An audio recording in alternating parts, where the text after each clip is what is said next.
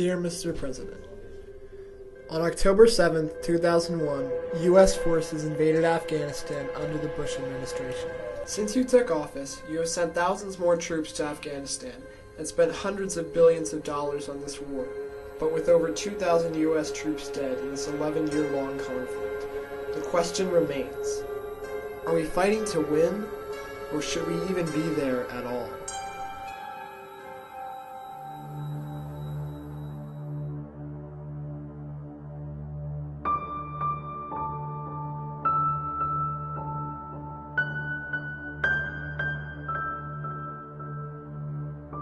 Before examining the conflict in the Middle East, the first issue to consider is the United States' role as the world's greatest military superpower. I mean, like I talked about with Hitler and the Japanese, you know, we wanted to stay out of those wars. It wasn't any of our business. Back then, you know, the United States was a little more isolated. But today, you know, it's a world economy and we have interests all over the world. And so I think that's one reason why we're getting into some of these conflicts more often. Insurgency, the roadside bombs, the sniper fire, the suicide attacks. From the Triangle of Death to the fight for Ramadi, from Mosul in the north to Basra in the south, your will proves stronger than the terror of those who tried to break it. I think, you know, we should bring more troops back home to protect our own borders. Now, granted, we're not going to get attacked from Canada or Mexico, but I think, you know, we need to bring more troops home. We still need to have a show of force in other countries because they look to us for help in time of need. While the United States military may be helping to keep the peace in some areas of the world, the war in Afghanistan is now on record as the country's longest war, drawing eerie similarities to a conflict fought several decades ago. Yeah, I think that was such a political war. You weren't fighting it in a way to win. You were held back in certain things. They would stop bombing. They would stop. You may be shooting in this area. You can't do this in that area. That isn't what you went over there for. You went over to help them people become free, and I think politics got involved with that so much. And what came out of that the best, I don't really know. I couldn't tell you that. In my opinion, the wars today, Iraq and Afghanistan, there's objectives, but after we met those objectives and we start occupying areas, you don't know who your enemy is. I mean, you're attacked whenever and wherever. It could be one or two people, or it could be, you know, a dozen or more people. So it's a totally different battlefield per se than it was from previous wars. Now the United States is the only super military power that there is out there. And because of that, a lot of countries have cut back on their military budget, which isn't right. And I don't like being, you know, the United States is a world policeman.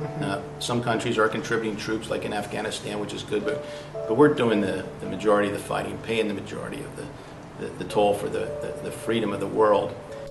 The toll of freedom throughout the world has been great, and the financial costs of the Afghan war have been astronomical. In the global war on terror and in Iraq and Afghanistan, we appear to be lulling our nation into a false confidence of a September 10th mindset. Too many appear to believe that we can maintain a solid defense that is driven by budget choices, not strategic ones. But the costs in terms of human life are even higher. Since 2003, 1,692 U.S. soldiers have been killed in action, and even more wounded. Yet we're told by politicians and the media alike that these wars are being waged to combat the threat of terrorism. I mean, it's all had to do with, in my opinion, 9/11, and find those that, you know, attacked our country. In some conditions that we contribute to the creation of, a fair question is, what other response would you expect? What other response would you expect? when we engage in activities that create indignity, that impose suffering on civilian population, that deprive people of freedoms, that support totalitarian regimes, some response will occur. Terrorism is one manifestation of that. The war against Al-Qaeda, I think it's a continuing thing. You know, it'll never end. In my opinion, I mean, you just listen to the news media, there's cells all over the world. You know, I just don't think it'll ever end. I mean, I don't know if there'll be another attack as great as 9/11, but I mean, I believe that something will happen again in the future. What it will be, you know, who knows? But I mean, it's always, in my opinion, it's always a threat. In 1952, we Republicans were elected to stop the war in Korea. 1968, we were elected to stop the war in Vietnam. And tragically, we didn't stop it very fast. 30,000 more men died. So when I talk about these long-term stays, I think, how many men are you willing to let die for this?